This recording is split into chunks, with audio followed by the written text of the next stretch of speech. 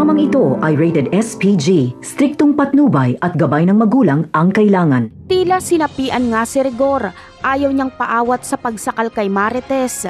Kahit si Mando ay nagawa niyang saktan dahil inaawat siya nito. Mabuti na nga lang ay dumating ang mga personnel ng ospital at sila ang umawat kay Rigor. Hindi na makapagsalita pa si Marites, puro na lang siya iyak.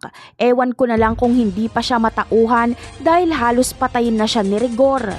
Sa ibang eksena naman ay magtatagumpay nga si Tisay na makuha ang sasakyan nila Tanggol. Ngunit tagumpay din ang inihandang patibong ni Tanggol kay Tisay.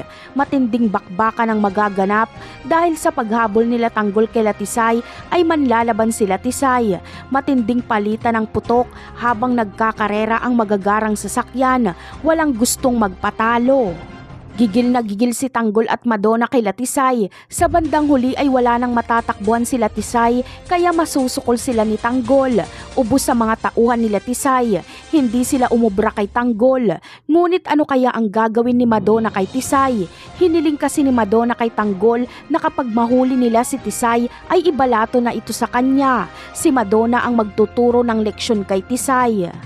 Sa kabilang banda naman, bakbaka naman sa pagitan ng Red Phoenix at Montenegro at si David at Santino ang maghaharap. Makikita ni Santino si David pero hindi mamumukaan ni David si Santino.